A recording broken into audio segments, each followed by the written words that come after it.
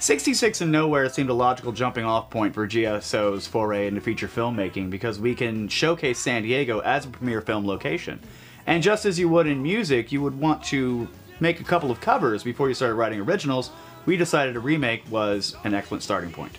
And what better remake than a film noir feature? Something that's simple and it focuses on character and style and texture rather than on special effects and other glam and glitz so favored today in Hollywood. So we're going to go ahead and make a remake to start with.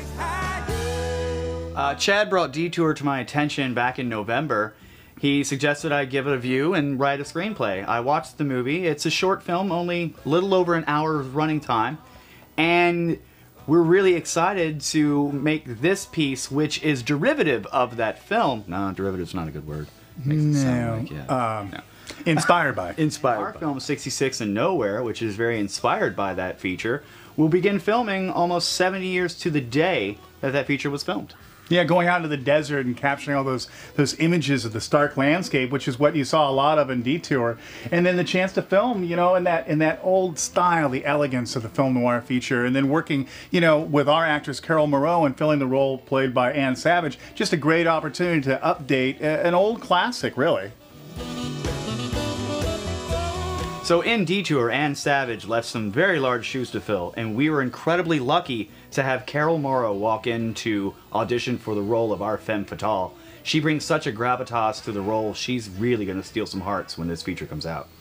And, you know, I steal a line from the literary world. Philip Marlowe once said a character came in. She came in like a tarantula on angel food cake. And I think you can definitely say that about Carol Moreau. She just takes over the screen. She's got a certain presence about her that we love and we want to starlet. And, you know, who better? Femme fatale. She's tall. She's gorgeous, willowy. She just has a great look on film. We think it's really going to do a great job as, you know, doing what Ann Savage did so well, but an update of it. Absolutely. A femme fatale communicates chiefly through the eyes, and Carol has very communicative eyes, and you're going to see that on screen. Well, Chad and I both have a background in the San Diego music scene, and since we're filming this feature entirely in San Diego, we also want the sound to be indicative of that as well, and there's such a rich tapestry to choose from.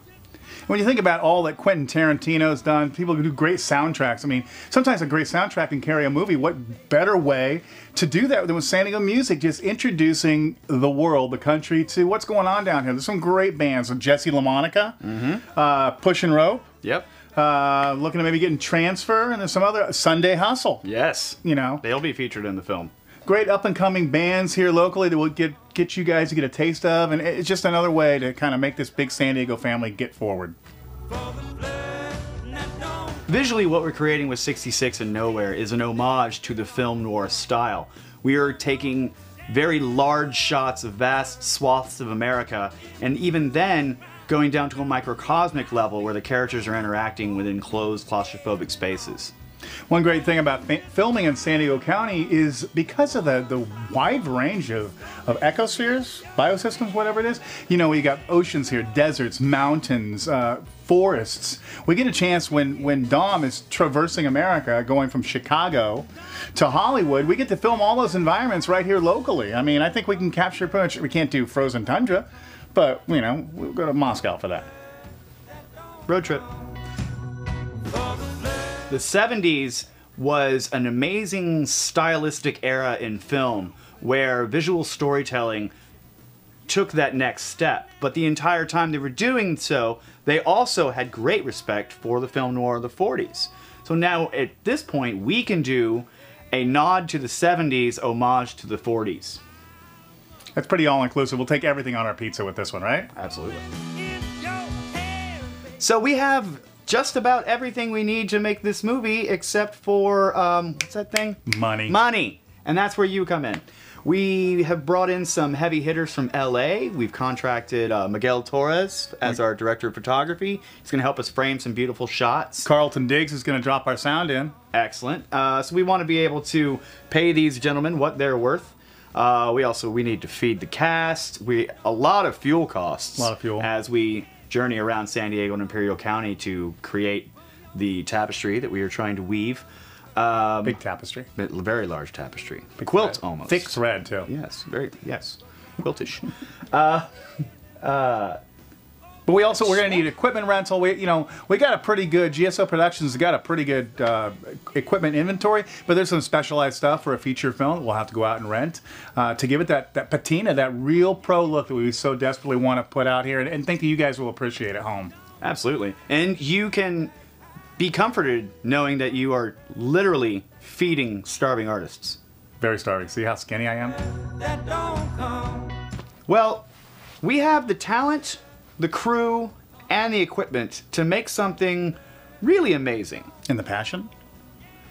I'm reticent to say passion project because whenever someone has a passion project, that sort of has the connotation that they don't have the technique, which I feel we do. Well, I'm just hoping to make a great new movie, but if we don't make a great movie that's going to get picked up at Cannes and we're going to win the Sundance, how about if we make a really fun bad movie like Zombie Stripper Somehow or something like that? You know, there's something to be said about making a really bad movie that's still pretty good. Absolutely. With bringing in Miguel to help us frame the shots, we're going to have some really beautiful camera work, and we can make something of visual impact. But it's also possible that the film itself may suck. But if we have any sort of redeeming qualities in it, then I think we've done something good. Let's make a really good bad movie.